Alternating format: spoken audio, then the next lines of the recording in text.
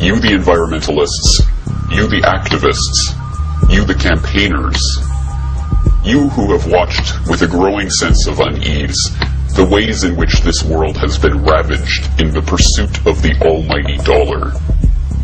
You who have watched with growing concern the ways that we treat the planet that we are leaving behind for our children, for our grandchildren, and for those generations not yet born.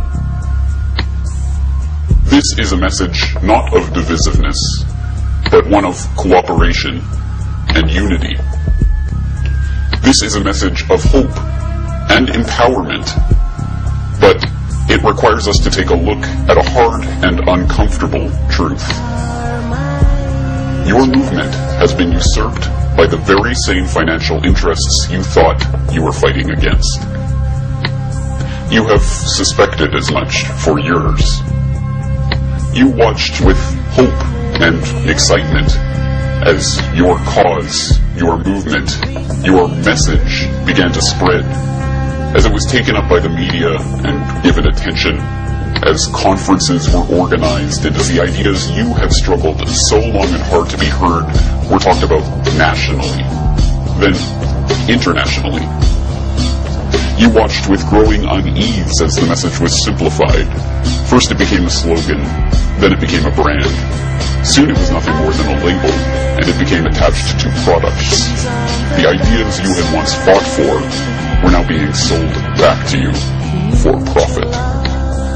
You watched with growing unease as the message became parroted, not argued, more like a fashion rather than something that came from the conviction of understanding.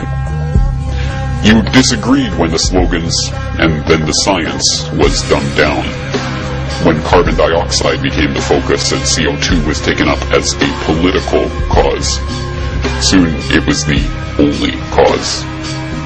You knew that Al Gore was not a scientist, that his evidence was factually incorrect, that the movement was being taken over by a cause that was not your own, one that relied on beliefs you did not share to propose a solution you did not want.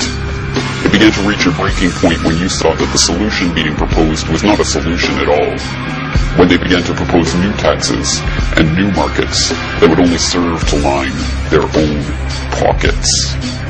You knew something was wrong when you saw them argue for a cap-and-trade scheme proposed by Ken Lay, when you saw Goldman Sachs position itself to ride the carbon trading bubble, when the whole thrust of the movement became ways to make money, or spend money, or raise money from this panic. Your movement had been hijacked. And when you looked at the Club of Rome's elite member roster, and when you learned about eugenics and the Rockefeller ties to the Kaiser Wilhelm Institute, and the practice of crypto-eugenics and the rise of the overpopulation fear-mongering and the call by elitist after elitist after elitist to cull the world population. Still, you wanted to believe that there was some basis of truth, something real and valuable in this single-minded obsession of the hijacked environmental movement with man-made global warming. Now, in November 2009, the last traces of doubt have been removed. Last week, an insider leaked internal documents and emails from the Climate Research Unit of East Anglia University and exposed the lies, manipulation, and fraud behind the studies that supposedly show 0.6 degrees Celsius of warming over the last 130 years, and the hockey stick graph that supposedly shows unprecedented warming in our times, and the alarmist warning of impending climate disaster.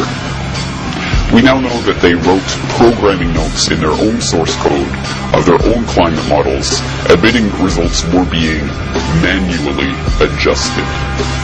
We now know that values were being adjusted to conform to scientists' wishes, not reality. We now know that the peer review process itself was being perverted to exclude those scientists whose work criticized their findings. We now know that these scientists expressed doubts to each other about the reliability of the science that they publicly claimed to be settled. We now know, in short, that they were lying. It is unknown as yet what the fallout from all of this will be, but it is evident that the fallout will be substantial. We are at a crossroads of history, and make no mistake, history will be the final judge of our actions. So I leave you today with a simple question. Which side of history do you want to be on?